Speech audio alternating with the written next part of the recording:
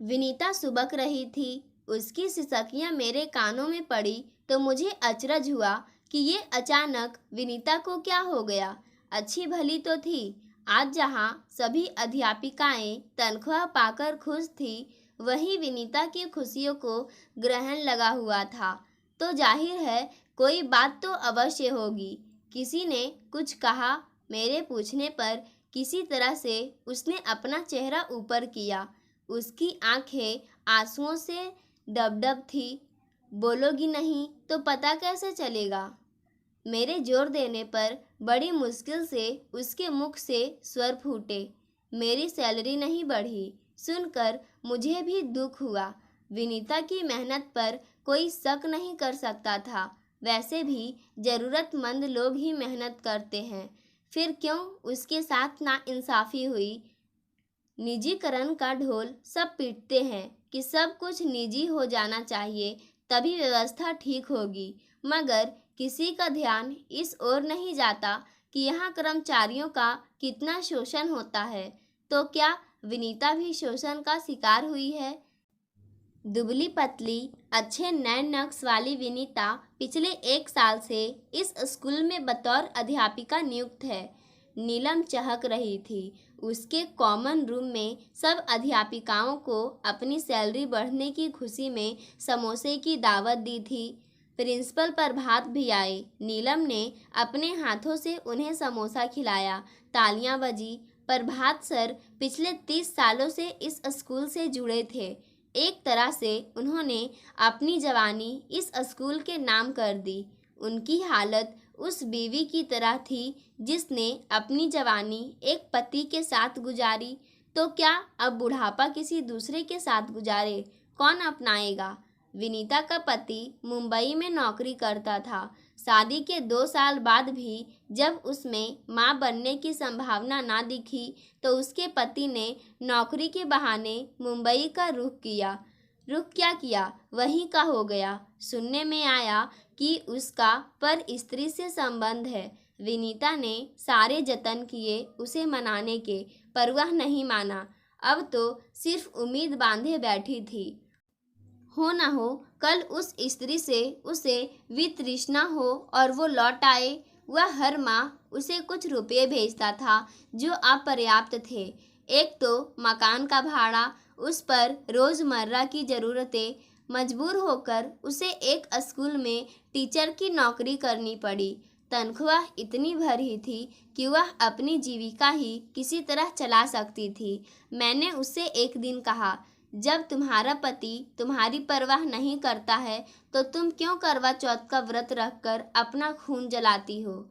वह मुस्कुराई मगर कुछ नहीं बोली। एक तो उसकी दुबली पतली काया, उस पर 24 घंटे की व्रत। ये चोंचले तो उन महिलाओं के हैं जो संपन्न घरानों से आती है।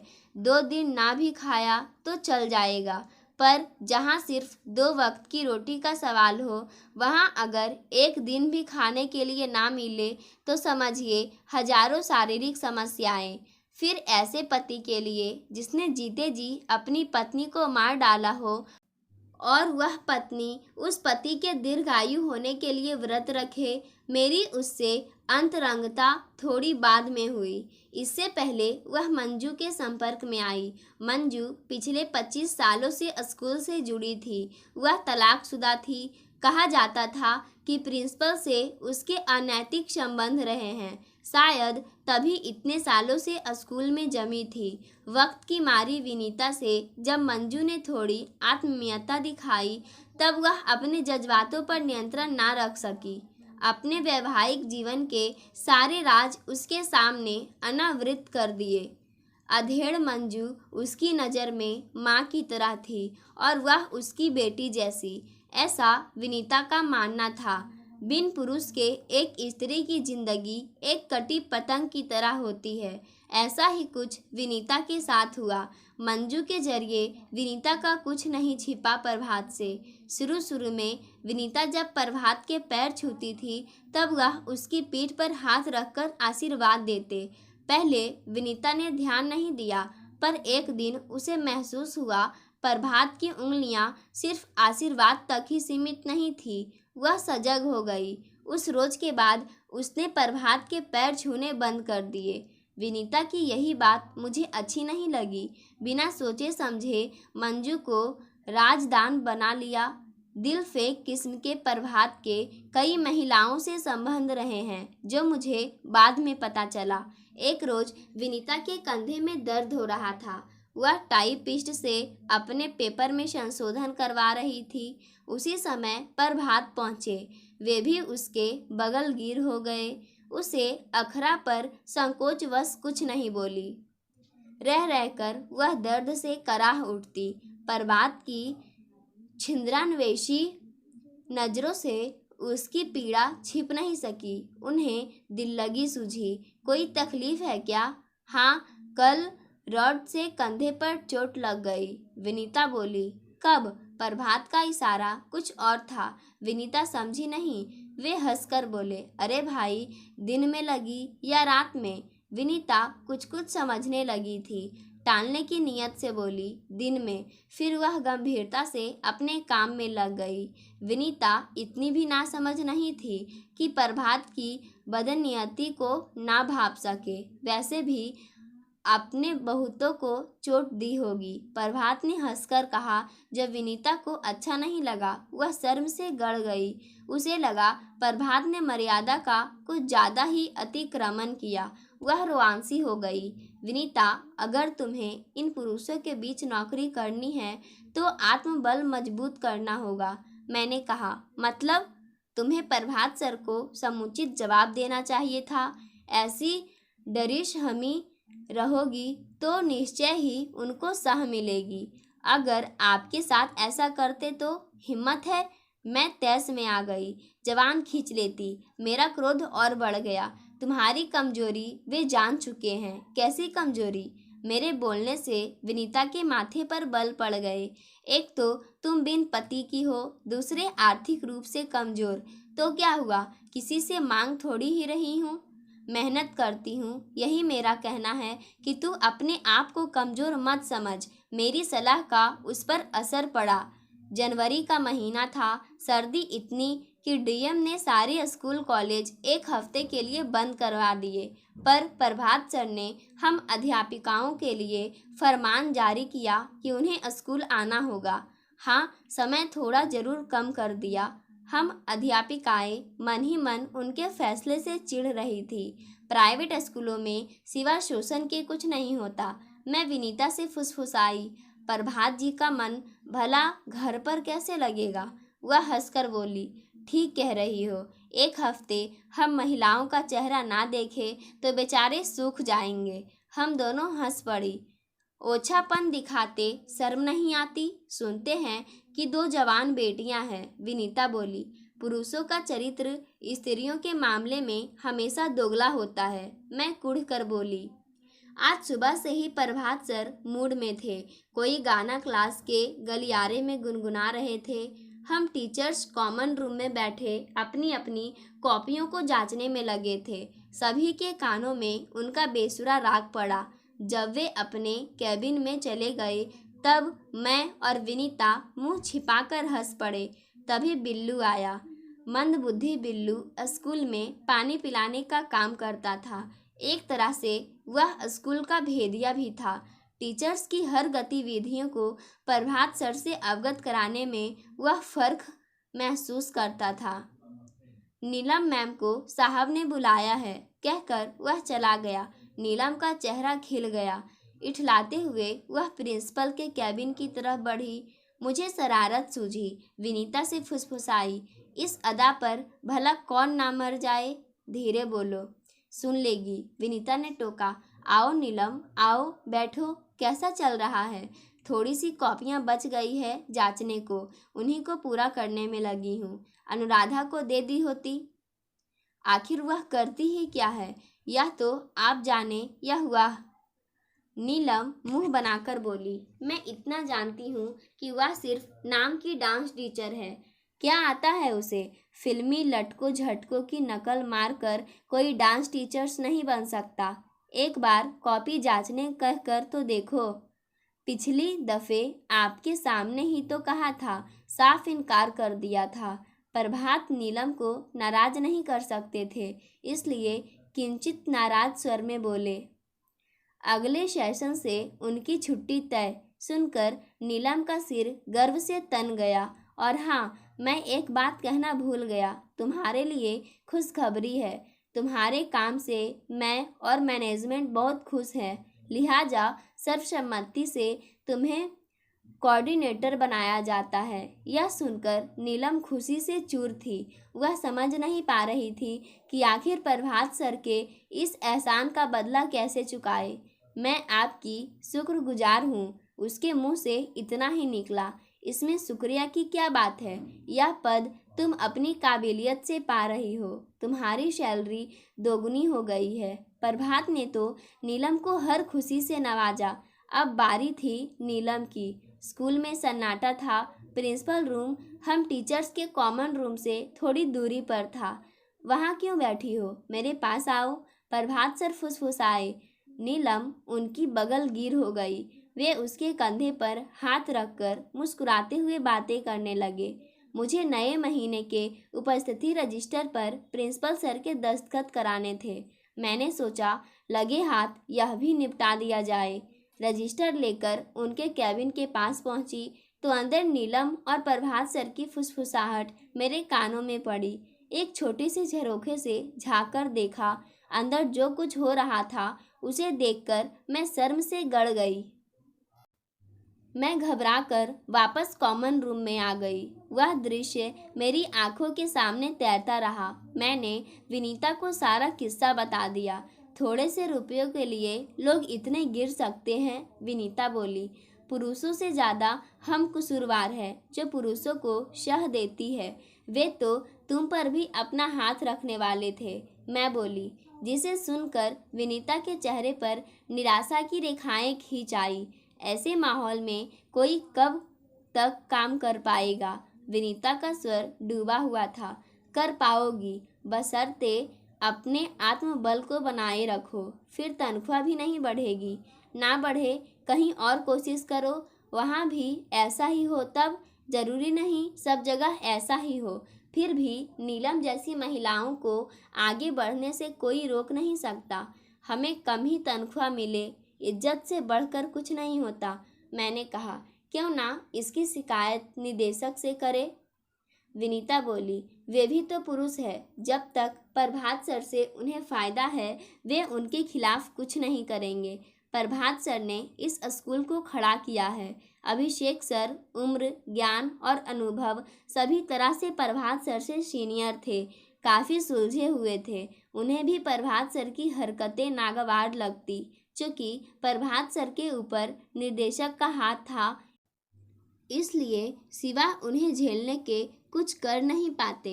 एक रोज़ जब बस से हम सब अपने अपने घरों को लौट रहे थे तब वे कहने लगे, जिस तरीके से प्रभात सर महिलाओं पर अश्लील टिप्पणियां करते हैं उनके खिलाफ अश्लीलता और हैरेसमेंट का केस हो सकता है। प्रभात सर जब तब महिला अध्यापिकाओं पर अश्लील फप्तियाँ कसने से बाज नहीं आते, भले ही उनका लहजा मजाक में होता हो, तो भी शैक्षणिक माहौल में ऐसी सोच का अगर कोई हो तो वह बच्चों को नैतिकता का पाठ कैसे पढ़ा सकता है। हम महिलाएं चाह कर भी उनके खिलाफ कुछ नहीं कर सकती थी। मान भी लिया जाए कोई केस उनके खिलाफ करे, पर क्या सबूत है कि हम उनके स्कूल में अध्यापिका है? हमारे पास कोई नियुक्ति पत्र तो है नहीं। कानून बनाना कितना आसान होता है, पर क्या सरकार ऐसे अनिश्चित भविष्य के साथ काम करने वाली महिलाओं के बारे में सोचती है जिनके पास सबूत ही नहीं कि वे साबित कर सके कि वे जिसके खिलाफ केस दर्ज करा रही है वहाँ की वे कर्मचारी है। अगले दिन सालाना जलसा था। एक बुजुर्ग सज्जन को स्कूल कमेटी ने मुख्य अतिथि के रूप में स्कूल में बुलाया। महोदय एक सरकारी स्कूल में प्रधान अध्यापक के पद से रिटायर हुए थे। उम्र यही कोई 75 के आसपास रही होगी। उसने भाषण में वे सिर्फ नैतिकता पर ही जोर देते रहे। कहने लगे, राजधानी में एक लड़की के साथ जो बलात्कार हुआ उसके लिए हमारा समाज जिम्मेदार है। अगर हमें यह सब रोकना है तो अपने बच्चों को नैतिकता का पाठ बचपन से पढ़ाना होगा, जिसके लिए सबसे अच्छा प्लेटफॉर्म होगा स्कूल। शिक्षकों की जिम्मेदारी बनती है कि वे बच्चों को नैतिकता का पाठ एलकेजी से पढ़ाए। वैसे वे अपने तरह से भी नैतिकता का फॉर्मूला देने में ना चुके। कहने लगे, हमें अपनी लड़कियों को मोबाइल देना बंद करना होगा। दूसरे, उन पर ढीले कपड़े पहनने का दबाव डालना होगा और पुरुषों से आत्मसंयत बरतने की बात उन्हें सिर्फ एक बार ही कही। लड़कियों और औरतों के लिए इतने नियम और पुरुषों के लिए सिर्फ एक, यानी वे अनियंत्रित रहेंगे। अब यह महिलाओं पर निर्भर करता है कि अगर उन्हें अपना मान बचाना है तो अपना जिस्म ढके, ताकि पुरुषों की गंदी निगाह से बचा जा सके। महोदय का भाषण सुनकर मुझे हंसी भी आई और उनकी पुरुष मानसिकता को लेकर रंज भी। जब 75 साल के बुजुर्ग सज्जन नैतिकता को इस तरह परिभाषित कर रहे हैं, तब तो प्रभात सर जो कुछ कर रहे हैं वह शायद गलत नहीं। सीख तो उन्हें अपने बुजुर्गों से ही मिली होगी। नया सेशन शुरू होने वाला था। कुछ अध्यापिकाओं की छटनी होने वाली थी, जिसमें विनीता का नाम सर्वोच्च था। यह प्राइवेट स्कूलों का पुराना चोंचला है। जब भी तनख्वाह बढ़ाने की बात आती है तब वे कम तनख्वाह वाले नए चेहरों की भर्ती करते हैं। उन्हें इस बात से कोई सरोकार नहीं कि ऐसा करने से बच्चों की पढ़ाई पर बुरा असर पड़ता है। वे जिनसे खुश होते उन्हीं को रिपीट करते हैं। उनकी खुशी का मापदंड था जो उनकी शर्तों पर खरा उतरे। मैं अंग्रेजी पढ़ाती थी। उन्हें मुझ जैसी अध्यापिका का मिलना थोड़ा मुश्किल था, इसलिए मुझे 2 साल से ढो रहे थे। वहीं विनीता हिंदी पढ़ाती थी, जिसके अध्यापकों की कोई कमी नहीं थी। एक खोजो 1000 मिलते हैं। हिंदी अध्यापिका तो अंग्रेजी स्कूलों के लिए लाश जैसे हो गए हैं। अगर संवैधानिक दबाव ना हो तो कब का इन्हें ये लोग दफन कर चुके होते।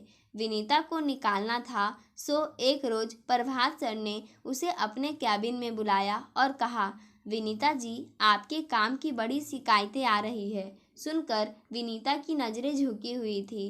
कुछ सोचकर वे आगे बोले, मैंने मैनेजमेंट से बात की है। मैंने ही उन्हें आपको 1 साल और काम करने के लिए राजी कर लिया है। कहकर वे चुप हो गए। उनकी साथी नज़र विनीता की प्रतिक्रिया को पढ़ रही थी। जब उन्हें लगा कि तीर निशाने पर है तो आगे बोले, बशर्ते। एकाएक विनीता की खुशी काफुर हो गई और वह चिंताओं से घिर गई। उसके सामने मंजू और नीलम का चेहरा तैर गया। उसे अपनी सह अध्यापिका की नसीहत भी याद आई। उसने अपना आत्मविश्वास बटोरा। प्रभात सर अपनी कुर्सी से उठे। विनीता कुछ कुछ उनकी मनोदशा को समझने लगी थी। उसने खुद को कड़ा किया। वे विनीता के पीछे खड़े हो गए। उसके कंधे पर हाथ रखकर बड़े प्यार से बोले, मुझे तुम्हारे अतीत से सहानुभूति है। तुम्हारे पति ने तुम्हारे साथ जो किया है वह अच्छा नहीं था। महंगाई का ज़माना है। 6000 रुपये में होता ही क्या है। मैंने 2000 रुपये ज़्यादा की सिफारिश की है। अगले सेशन से तुम्हें मिलने लगेगा। वे आगे बोले, नीलम और तुम साथ साथ आई थी। वह तुमसे ज़्यादा समझदार थी, इसलिए कोऑर्डिनेटर बना दी गई। वेतन भी दोगुना। खैर, मैं उस पर नज़र रखे हुए हूँ। जरा सी भी खामी निकली तो उसका जाना तय है। विनीता इतनी भी नासमझ नहीं थी कि प्रभात सर की कुत्सित चाल को ना समझ सके। उनकी उंगलियां वर्जनाओं का अतिक्रमण करती। इससे पहले वह एकाएक तेजी से उठी। चेहरा प्रभात सर की तरफ घुमाकर एक जोरदार तमाचा उसके गाल पर जड़ दिया। वे तिलमिलाकर पीछे हटे। उन्हें सपने में भी विनीता से ऐसी प्रतिक्रिया का भान नहीं था। विनीता की सांसें धौंकनी की तरह चल रही थी। आंखें शेरनी की तरह लाल, मानो जिंदा निगलने के लिए तैयार हो। प्रभात सर उसका रौद्र रूप देखकर सहम गए। अब तक महिलाओं ने या तो समर्पण किया या तो स्कूल छोड़कर चली गई, मगर आज पहली बार विनीता जैसी महिला से उसका पाला पड़ा था। प्रभात सर ने कोई प्रतिरोध नहीं किया और समर्पण के मूड में आ गए। वे गिड़गिड़ाते हुए बोले, देखो, यह खबर बाहर तक नहीं जानी चाहिए, बहुत बदनामी होगी। विनीता के चेहरे पर व्यंग की रेखाएं खींच गई। मैं तुम्हारे पैर पड़ता हूँ, कहकर वह विनीता के पैरों पर गिर पड़े। कायर आदमी रंग बड़ी तेजी से बदलता है। विनीता ने उन्हें झटक दिया और धड़ाक से केबिन का दरवाज़ा खोला। तेज कदमों से बाहर आई और अपनी आप बीती मुझे सुनाई। मेरा सिर गर्व से तन गया। तुमने औरत जाति की लाज रख ली, मैंने कहा। जब उसने स्कूल को अलविदा किया तो वह आत्मविश्वास से भरी थी। चेहरे पर डर भय का नामो निशान तक नहीं था। आखिर भय का ही तो फायदा प्रभात सर ने उससे उठाना चाहा था। मुझे उसके जाने का दुख था तो खुशी भी थी कि अब कोई प्रभात जैसा प्रिंसिपल किसी स्त्री को कमज़ोर समझने की जरूरत नहीं करेगा। जब उसने स्कूल को अलविदा किया तो वह आत्मविश्वास से भरी थी। चेहरे पर डर भय का नामो निशान तक नहीं था। पाठकों, आज की कहानी यहीं समाप्त होती है। धन्यवाद।